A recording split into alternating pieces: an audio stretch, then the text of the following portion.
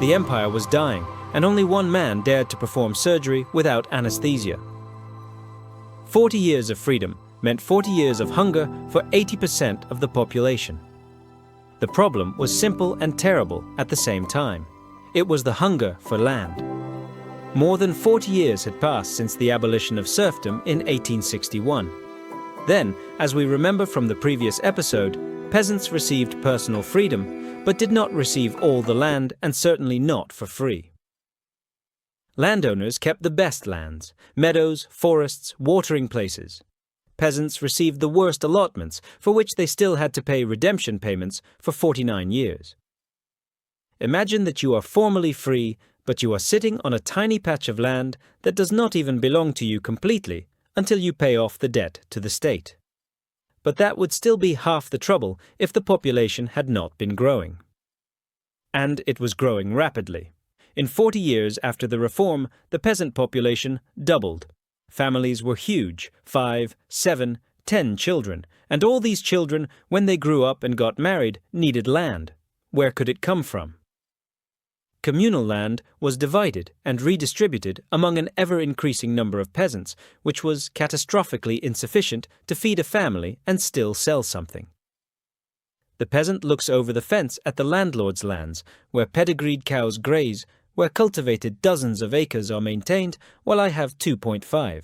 Why did his grandfathers own this land, while my grandfathers slaved over it in bondage? This feeling of injustice accumulated for decades. Peasants believed, sincerely, with their whole soul, that all the land should belong to those who work on it, that landlord landownership was a historical injustice that needed to be corrected. And they waited for when the Tsar, the father Tsar, would finally give them this land. After all, he had already freed them from serf dependence, so he would eventually give them the land. But the Tsar was silent, and the landlords continued to live in their estates, hold balls, and travel to Paris. Although, to be fair, not all landlords lived so carefree. The old nobility was dying not only from peasant discontent. Chekhov saw the future 2 years before it exploded. In 1903, 2 years before the revolution, Anton Pavlovich Chekhov staged his last and possibly most famous play, The Cherry Orchard, at the Moscow Art Theatre, about the dying of the old world. The main character is Lyubov Andreevna Ranevskaya, a ruined noblewoman who returns from Paris to her ancestral estate. She has huge debts, but she cannot and will not accept the decision. She lives on memories, dreams, illusions. Her brother Gaev is an equally helpless dreamer who makes flowery speeches about labor and progress, but is incapable of any real action. They do not know how to work, do not know how to run a household, do not know how to count money. They were used to living on rent, on income from serfs who no longer existed. And then Ermolai Lopakin appears, a merchant, son of a former serf. His grandfather and father were slaves of the Ranevskys, but now he is a wealthy entrepreneur. He offers Ranevskaya to save the estate by cutting down the cherry orchard, dividing the land into plots, and renting them out as summer cottages. This is a reasonable, economically justified solution, but Ranevskaya cannot accept it. For her, the cherry orchard is a symbol of her noble past. Cutting it down means betraying herself. In the end, the estate is sold at auction. And who buys it? The same Lopakin.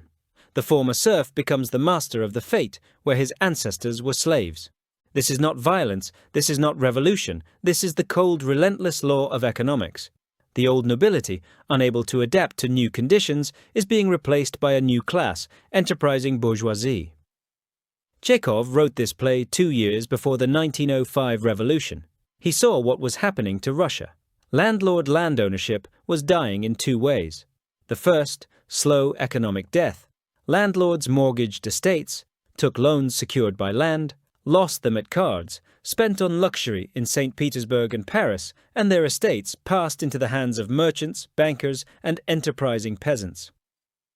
By 1905, almost 2/3 of all landlord land was mortgaged to banks. The second way of dying was fast and violent. Peasants, driven to despair, simply burned estates and divided the land.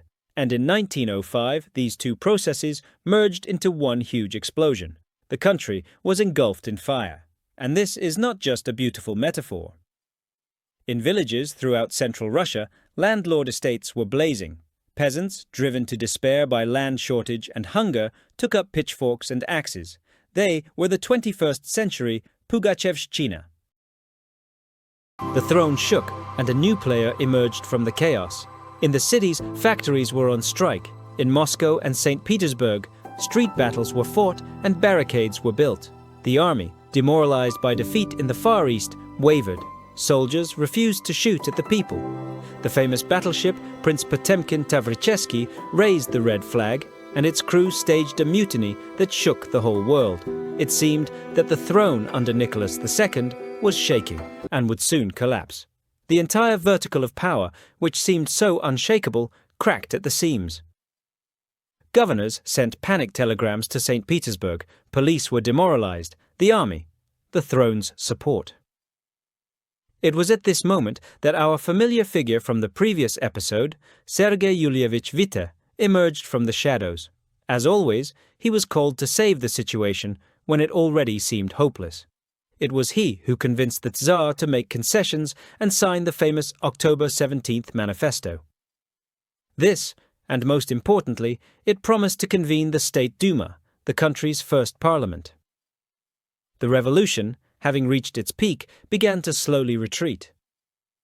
But its main cause, its fuel, the agrarian issue, remained unresolved. The manifesto was merely a temporary respite, a political concession, if you will, which did not solve the deep economic problems. The boiler cooled down, but continued to simmer. What is this agrarian issue that tormented Russia for so many years? If we put it simply, it is the question about land. 80% of the population of the huge empire, these are peasants, and these 80% owned less than half of all arable land. The rest of the land, as we have already said, was in the hands of landlords, the state, the church, and the Cossacks. He asked for 20 years. History gave him 5. Peasants suffered from severe land shortage. I already said that it was catastrophically little for each peasant to feed a family and still sell something. But the problem was not only in the amount of land, but also in the quality of ownership. The overwhelming majority of peasants owned land not as private owners, but as members of a rural organization. The commune. This is such primitive collectivism, the manager of all village land. It decided who would get which plot, when to start sowing, when to harvest. Land was constantly redistributed among families depending on the number of men in the family. Per iter, as they said. Today, you work on this field, and in 3 years after the next redistribution, you might be given another one, and it is not certain that it will be better, most likely worse. Moreover, the bane of peasant farming was strip farming. What is this? Each family did not have one whole plot, but several or even dozens of narrow strips of land scattered around the area. One strip here, another by the forest, a third 5 versts from here, somewhere. Good land and bad land. But in reality, as a result, the peasant spent half of his time and strength just to get from one of his strips to another. Naturally, such a system killed any initiative and any desire to develop. Why put expensive fertilizers in the ground? Why conduct any reclamation if tomorrow, at the next redistribution, this improved plot will go to your lazy neighbor? Why buy a new plow or reaper when productivity was shamefully low, 2 to 3 times lower than in 2 to 3 times? The granary of Europe and fed half the world with bread itself constantly lived on the brink of hunger. Every few years there was a crop failure, and as a result, entire provinces died simply from having nothing to eat. Peasants saw only one way out of this trap, to take the landlord's lands and share them. The slogan "Black Redistribution" was the most popular in the village, and the 1905 revolution showed with all its harshness that peasants were ready to take what they believed belonged to them by right to do this with the help of pitchforks and axes. It was at this critical moment, when the empire stood on the brink of the abyss, that our new main character, Pyotr Arkadievich Stolypin, appeared on the political scene. This was a figure completely unlike Witte. If Witte was a financier, a pragmatist, a master of backstage intrigues, then Stolypin was a statesman. He was a governor in Grodno, then in Saratov, one of the most restless and burning provinces during the revolution. He was not afraid to go out to the rebellious crowd without guards, spoke with peasants in their simple, understandable language, and personally conducted negotiations with strikers. This was a man of enormous courage and inflexible will. They said about him that he had an iron character. When a bomb was thrown into his Saratov house and his little daughter was seriously wounded and his son suffered a concussion, he did not even flinch, going out onto the balcony to the crowd. In April 1906, at the height of the revolutionary chaos, Nicholas II, seeing this very iron will in him, appointed him Minister of Internal Affairs. At the age of 44, Stolypin became, in fact, the second man in the empire, its prime minister. And he has a clear, well-thought-out program how to save the country. Save. The gallows came first. The reform came second. Stolypin's program included suppressing revolutionary terror and anarchy. Military field courts were introduced, which sentenced terrorists, robbers, and participants in armed uprisings to death within a day without lawyers and lengthy investigations. Within a few months, hundreds, if not 1,000 plus, were hanged. The famous Stolypin's neckties, as the gallows were ironically called in the left press, became a symbol of this policy. Stolypin was merciless to the enemies of the state. He believed that order was the main and necessary condition for carrying out reforms. In response to terror, he answered with state terror. Don't frighten him. This phrase became simply a credo. He believed that he was acting like a surgeon who cuts off gangrenous parts of the body in order to save the whole organism. For liberal intellectuals, he became an executioner, but for many ordinary people.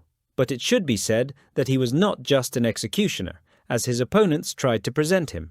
He perfectly understood that one could not solve the problem with violence alone.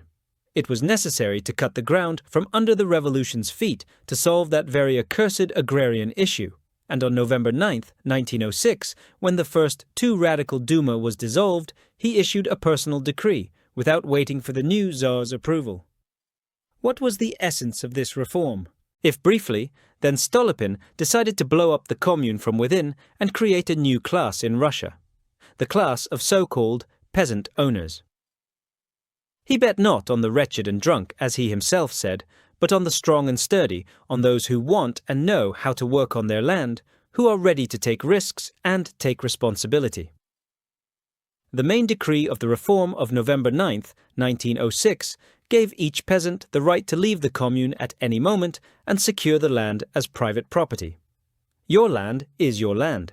You can sell it, you can mortgage it to a bank, you can pass it on by inheritance. The peasant could receive his land in the form of a homestead. This is when all his land was allocated, or, what was even better, and which was actively encouraged by the government, he could move to a farmstead, to such a separate homestead, where the house, all the land, and farm buildings were in one place. This was Stolypin's ideal, following the example of Europe or America. To help peasants get on their feet, the so-called Peasant Land Bank was created.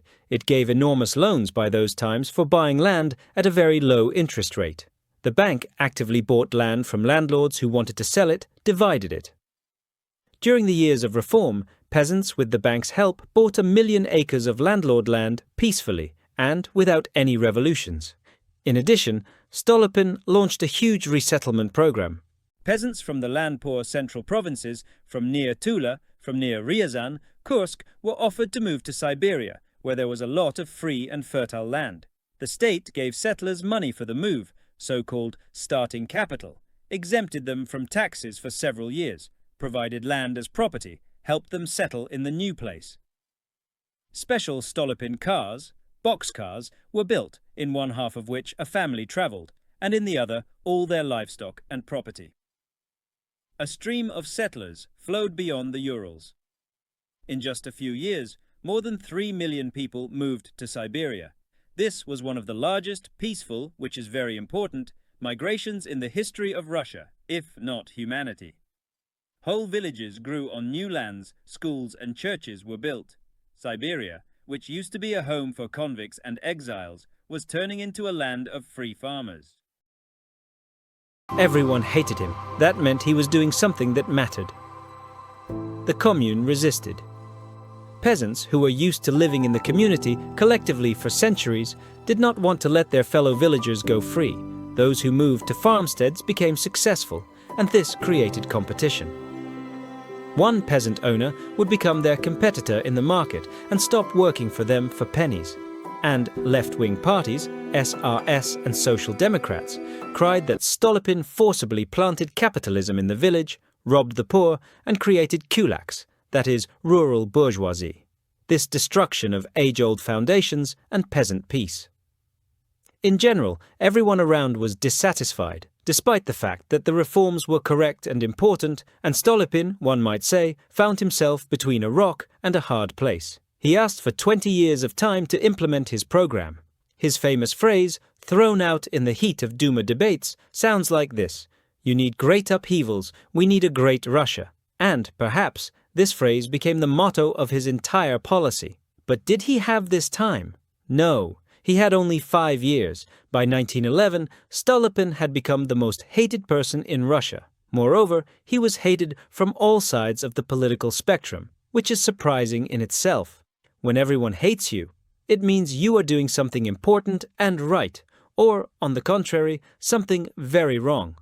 On the left, he was hated by revolutionaries of all kinds: SRS, Social Democrats, anarchists. For them, he was an executioner, a torturer, the main enemy of the revolution. In 5 years of his rule, 11 assassination attempts were made on him.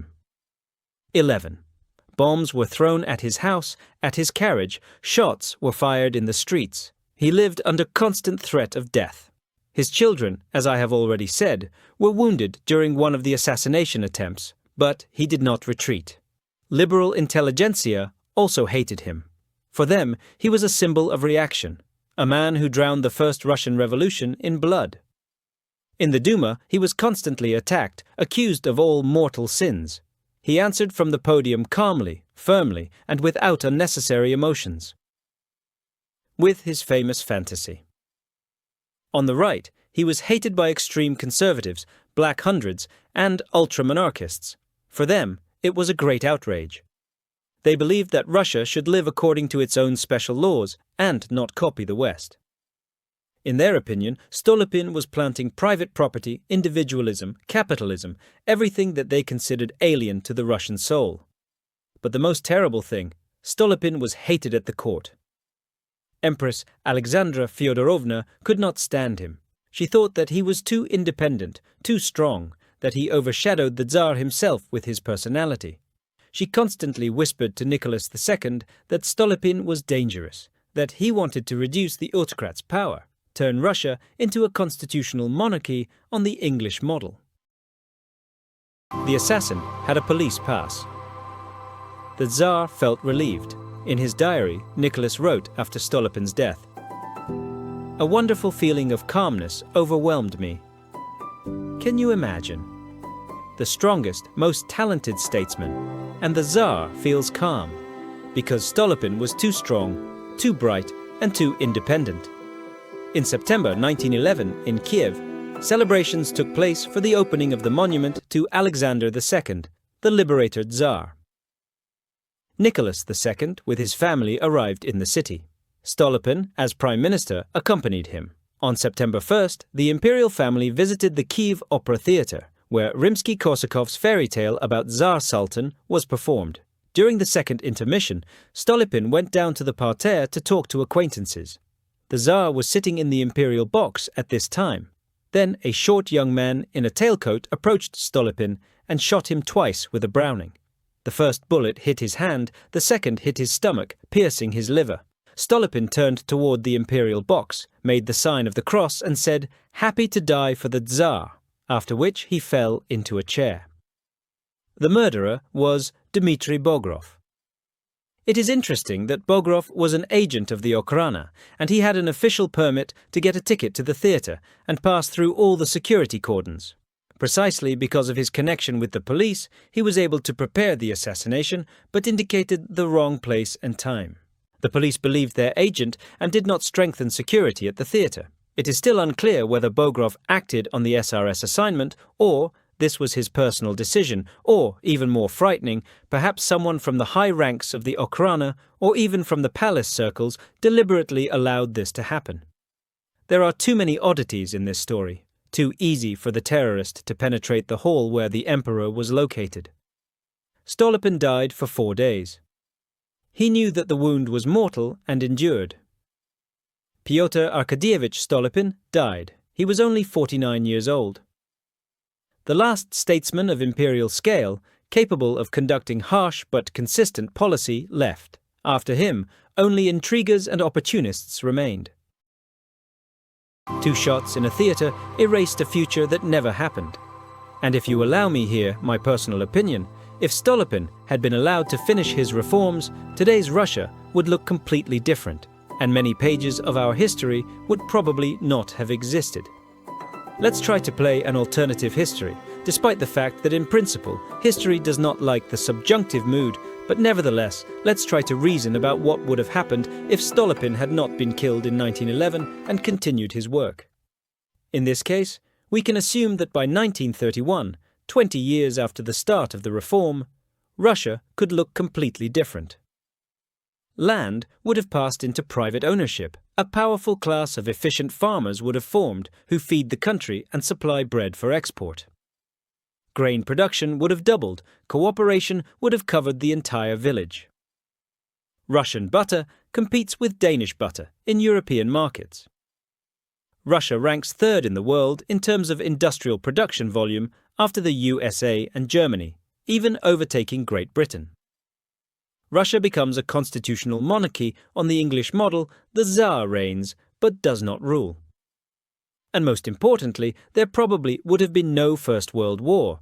And if it had still started, Russia would have entered it as a completely different country. Strong, rich, with a stable internal situation. Peasant owners would not have followed the Bolsheviks, who promised to take away their land and drive them into collective farms. The 1917 revolution would not have happened. There would have been no civil war, no Stalinist repressions, no collectivization. By the 1950s, Russia could be one of the leading democratic powers in the world, like Great Britain or France, with a middle class, parliamentary democracy, freedom of speech and press, without an Iron Curtain and without the Cold War. But, as we know, this did not happen because in September 1911 in the Kiev theatre, 2 shots rang out and Russia lost its strongest leader, the one who held the threads of power in his hands and could lead the country down a different path. The miracle was real. Then August 1914 arrived, but in the 5 years that Stolypin was in power, he managed to do an incredible amount. Despite all the difficulties, the reform began to bear fruit. By 1914, about a quarter of all peasant households had left the commune. A famous layer of prosperous and enterprising farmers appeared, who actively used new technology, fertilizers, and advanced agronomic methods. Grain production in the country increased by 1/3. Russia became the world's largest exporter of bread, surpassing the USA, Canada, and Argentina combined. The time was in order of rapid industrial growth. The period from 1909 to 1913 is called the Second Russian Economic Miracle.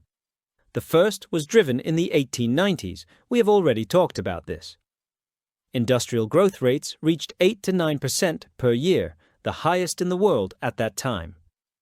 New factories, plants, mines, and power stations were being built. Russia ranked 5th in the world in terms of industrial production volume and was rapidly catching up with leading powers. Especially fast-growing were new industries: chemical, electrical engineering, and, surprisingly, automotive. Automobiles Russo-Balt were built in Riga, aircraft by Sikorsky in St. Petersburg, and it seemed that the country was making a technological leap. This was the last desperate push of the empire. The country was changing before people's eyes. It seemed that just a little more, just a few more years of peace, and Russia would indeed become one of the leading world powers, rich, stable, and prosperous. But it did not have these few years. In August 1914, the Austrian Archduke was killed in Sarajevo, and the chain of alliances and obligations that was set in motion led to the First World War. And this war crossed out everything.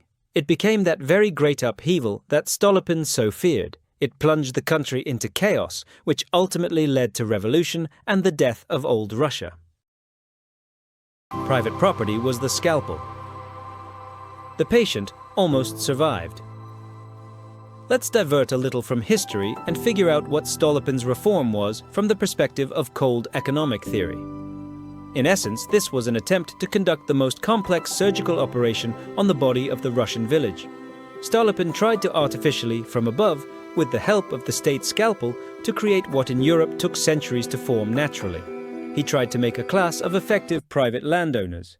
If we imagine the commune as a large but very inefficient collective farm, where everyone works together but no one bears personal responsibility for the result, where the land is common, where the harvest is divided equally or almost equally, yes, according to the number of men in the family, where you have no incentive to work better, to invest more effort, because your additional income will still dissolve in the common pot. Yes, according to the number of men in the family, where you have no incentive to work better, to invest more effort, because your additional income will still dissolve in the common pot. Then we get a result that economists call the tragedy of the commons. Imagine a common pasture where several shepherds graze their cows. Each shepherd benefits from releasing one more additional cow onto the pasture, because he will get milk and meat from it. What each shepherd, acting rationally in his interests, releases more and more cows until the pasture turns into a desert. The same thing happened with communal land. Number one thought about the long-term perspective. Everyone tried to take the maximum from the land here and now. When property is common, no one takes care of it as they would their own. Then Stolypin decided to solve this problem radically. He said enough collective irresponsibility, everyone for themselves, and offered peasants to take the land as personal property. This was a revolutionary step that changed the entire economic model of the village. What does private land ownership give in general? First of all, as I already said, motivation. When you know that the land is yours and all the harvest from it is yours, you will work on it from morning to night. You will apply fertilizers, buy the best seeds, master new technologies, because each additional pood of grain is an additional ruble in your pocket. Secondly, of course, it is the possibility of investment. When you have land as property, it becomes not just a means of subsistence, it becomes an asset into which you can invest money, which you can buy a tractor, build a new farm, conduct reclamation. Your land becomes capital that works for you.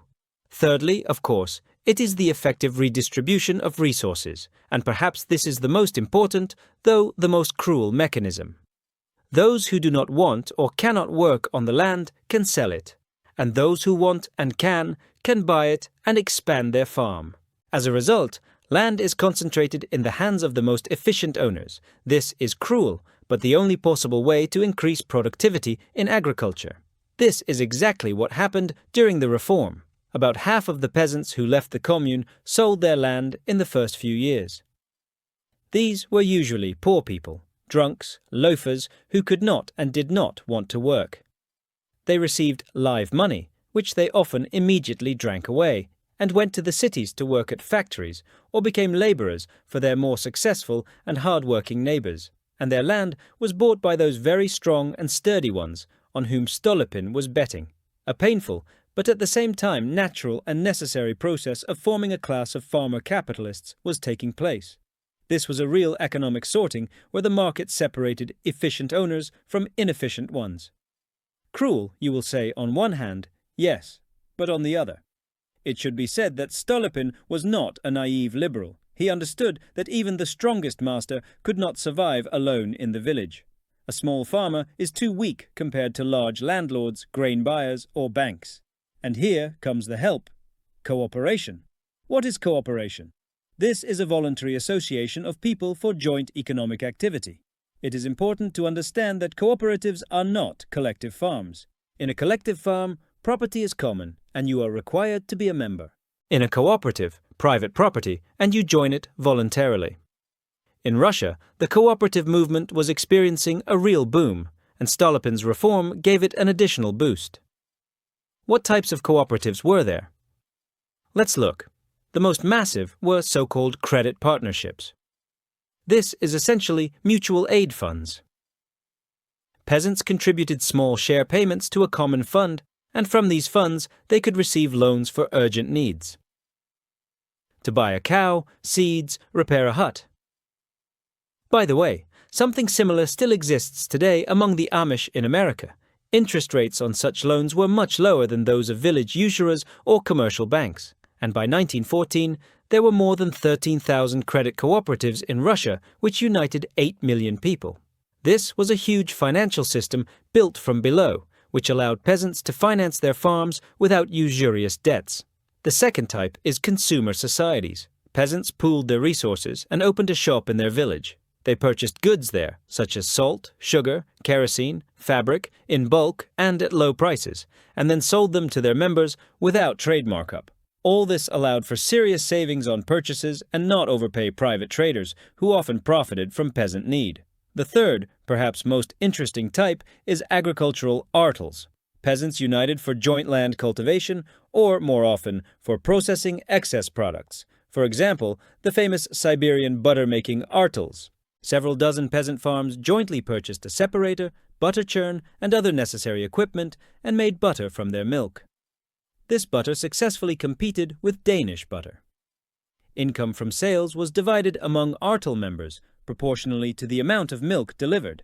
In the same way, artels worked for processing flax, vegetables, for grain sales, and many others. Cooperation was that very third force that allowed the peasant owner to survive in competitive struggle.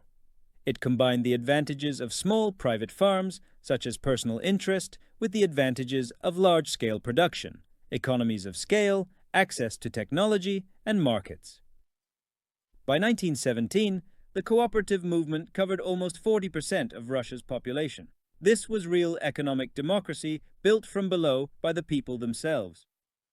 Cooperation in its various forms became a school of self-government and capitalism for peasants. They learned to count money, make collective decisions, and compete in the market.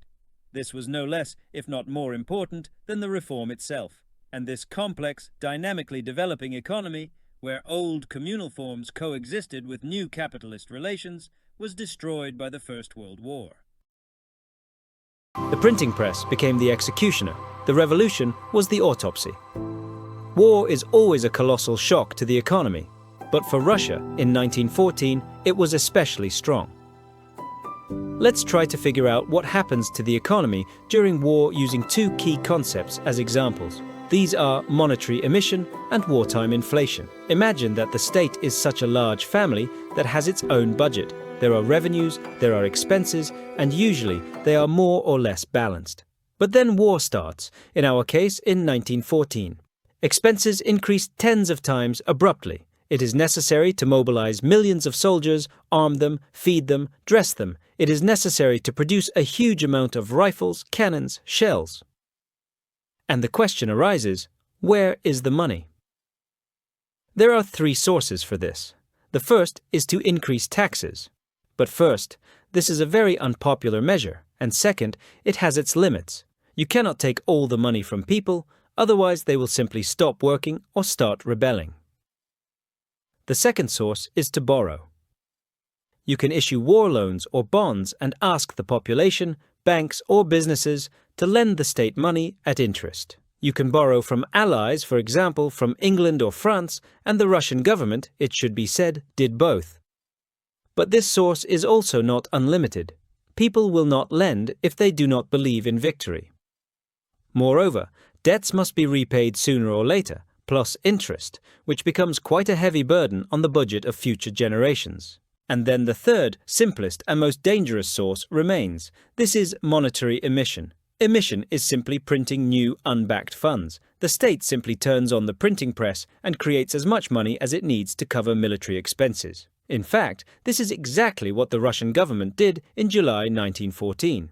The exchange of paper money for gold, which was the basis of the entire Vita financial system, was stopped. Formally, this was done temporarily until the end of the war and actually forever. The ruble ceased to be gold. Now this was just paper, the value of which was held only by faith in the state.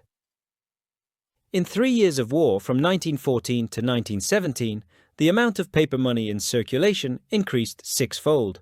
from 1.6 billion to 9.5 billion rubles by the time of the February Revolution. The provisional government, in its 8 months in power after the revolution, printed even more, bringing the total amount of money to 2.5 billion by October 1917. The printing press worked without stopping, turning money, in fact, just into colored paper. What happens when there is too much money in the economy, but there are no more goods, and during the war there are actually fewer of them? Naturally, inflation begins. Inflation is the rise in the general price level of goods and services. Why does it arise? If we imagine that in your village there are 100 bags of potatoes and 100 rubles. Respectively, 1 bag of potatoes costs 1 ruble. And now imagine that the government printed another 100 rubles and distributes them to residents in the form of military orders or wages. Money has become 20 rubles already, but potatoes are still 100 bags. What will happen to the price? Correctly, it will rise to 2 rubles per bag. There is more money, the same amount of goods, each monetary unit has become worth less. But this is inflation. In fact, this is such a hidden tax that the state levies on everyone who has money. Your savings simply melt before your eyes. If you had a 100 ruble deposit in the bank, then after a year of 50% inflation, you can buy only half of what you could before with these 100 rubles. Inflation is a predator that imperceptibly eats your savings. In Russia during the First World War, inflation was monstrous. Prices for food increased the majority. At a time when you could buy 2.5 kilograms of bread. By the beginning of 1917, only 300 grams of workers' wages did not keep up with price growth. Real incomes of the population rapidly declined. Hunger began in cities. Endless queues for bread, which we all saw in photographs of that time, became a symbol of the approaching catastrophe. Wartime inflation and commodity shortage became one of the main causes of the 1917 revolution. People were exhausted by war, hunger, and the loss of purchasing power of money. It was the Bolsheviks, coming to power in October 1917, who promised them all this. But this is already another story, which we will discuss later. Now we have seen how the grandiose plan to create a class of peasant owners, which should have been the support of the throne and economy, collapsed under the blows of war and revolution. Peasants who fought for their land for years went to farmsteads, built houses, bought equipment, lost everything in one moment. The decree on land, adopted by the Bolsheviks the next day after taking power, abolished private land ownership. Everything became common property of the people, and in fact, state property. And dreams of Great Russia were replaced by the tragedy of great upheavals, which we will talk about further. Land was eternal, until the revolution proved nothing is. So what lesson can we draw from this history today after more than 100 years? The lesson is really very direct and very practical. It concerns one of the most popular and seemingly reliable ways of saving money: real estate. You will tell me now, what does real estate have to do with it? We talked about revolution, bread, agrarian reform, but what does real estate have to do with it? Let me explain. In all times, land, that is, real estate, was considered the most reliable asset. Houses can be burned, money can depreciate, but here it is eternal. It will not go anywhere. And this is exactly how Stolypin's peasants thought. Having received their plot as property, they felt protected. They had their own house, their own land that feeds them. What could be more reliable? And in some sense, they were right. If the country experiences inflation and your real estate grows in price in national currency, say in rubles, then you are protected from ruble inflation. You can always sell it and get the current ruble amount. Or you can live in it and not pay rent, which will also gradually grow. But the history of Stolypin's reform shows us another dark side of this issue. It shows that real estate, although it protects from national currency inflation, does not protect from political risks and loss of value in international currency. Let's look. In 2001, at the dawn of a new era, 1 square meter in Moscow cost about $1,000. In rubles, this was about 28,000 rubles at the then exchange rate. Today, in 2025, The same square meter costs on average about $3,000. Growth in dollars is only threefold in 24 years. That is, this is equivalent to a return of about 4.5% per annum in hard currency. Agreed that this is not so much. This is slightly higher than the inflation of that same dollar. But today, this same square meter already costs not $28,000, but on average $270,000. Growth almost tenfold. That is, in rubles, you have become much richer. But did you become richer in dollars, in hard world currency? Not particularly. What does this tell us? That real estate in Russia is a good way to preserve money from ruble inflation. But it is a very weak way to multiply them in hard currency. Your ruble price grows, but the dollar price grows very slowly. And in some periods, for example, after 2008 or after 2014, it even fell. Why does this happen?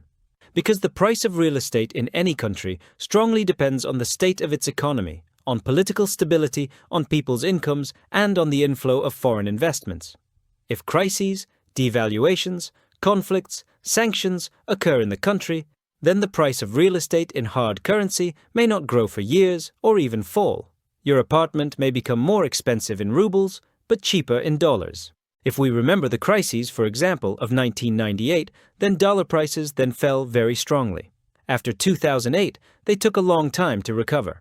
After 2014 and a new wave of devaluation, they fell again. Each such crisis threw your ruble savings dollar equivalent back years. This is exactly what happened to Stolypin's peasants in the most catastrophic and absolute version. They received land as property. This land had its price in gold rubles. But then the World War began, the gold standard was abolished, and the ruble depreciated. And then the revolution came and simply took this land away from them. Their asset, which seemed eternal and unshakable, turned into zero in one moment. And this is, perhaps, the highest manifestation of political risk. Diversification is the only armor against history's surprises. What conclusion should we draw? Real estate is not bad, it is still good. It is an excellent asset for living, which gives a roof over your head and a feeling of confidence. It is a good way to protect your savings from inflation within the country, but to consider real estate as the only or main investment, especially in countries with unstable economies and complex political systems, is a big mistake. The history of 20th century Russia, and 21st century already too, teaches us that no assets within one country, whether land, factories, stocks, or apartments, are protected from upheavals. The right of ownership, which today seems unshakable, tomorrow may be in question. Therefore, the main principle of a reasonable investor is diversification. If you have assets only in one country, in one currency, in one type of ownership, you are strongly exposed to risk. Ideally, you should have assets in different countries, in Russia, in America, in the Emirates, in Georgia, in Kazakhstan, in African countries, no matter where, even in Greenland. Always remember that part of your savings should be held in real estate for living. This is your foundation. Part in ruble, in our case, instruments. These are deposits, these are bonds. If you believe in the stability of the economy, but a significant, if not the larger part, should still be in foreign currency assets, not directly related to the economy or politics of your specific country. That is, conditionally, if you live in America and your money is dollars, then in addition to dollars, you should also have euros or some other currency assets. Currency. These are not always direct currencies, these can be stocks of international companies, these can be exchange-traded funds, these can be real estate in other jurisdictions. Finally, this can be just currency as well, which is stored in accounts in reliable banks outside your country. That is, if you live conditionally in America, then it would be great if you had a bank account in some conditional Switzerland. And, of course, the eternal and always working option is old reliable physical gold or in paper form, depending on what is more comfortable for you. But remember that gold is a protective asset, and more than 10, maybe 15% of the portfolio should not be held in it. Why is currency and country diversification so important if you live within one country and do not plan to interact with the outside world at all? The point is that this is a delusion. You still actively interact with the external world through the purchase of goods, which contains some currency component in different proportions. That is, there is no country in the world that produces any product from start to finish completely independently, which is normal. Even if it is grain, which is grown in your country, there is still some foreign combine harvester, imported combine harvester, which plows the field where wheat grows. And the cost of this combine harvester depends on the exchange rate of your national currency, and accordingly, the bread you buy, its cost and final price in the store also depend on this. Therefore, regardless of where you live and in which currency and language you speak, country and currency diversification is extremely important, and Stolypin's reform, this great and tragic story about how an attempt to create a solid foundation for the economy and state failed due to external shock and internal contradictions, eloquently reminds us of this. For us today, this is a very clear lesson that in the world of finance there is nothing eternal and absolutely reliable, and the best protection against any upheavals is not blind faith in some asset, but reasonable and cool-headed risk distribution. Again, don't put all your eggs in one basket, especially if this basket is Russia after the revolution. Thank you for watching. The tactical retreat called Anip, and how the Bolsheviks tried to build a completely new economic world on the ruins of the old empire. And, of course, what practical conclusions for today we can draw from this. See you, friends. It will be interesting, and as usual, good luck and money to everyone.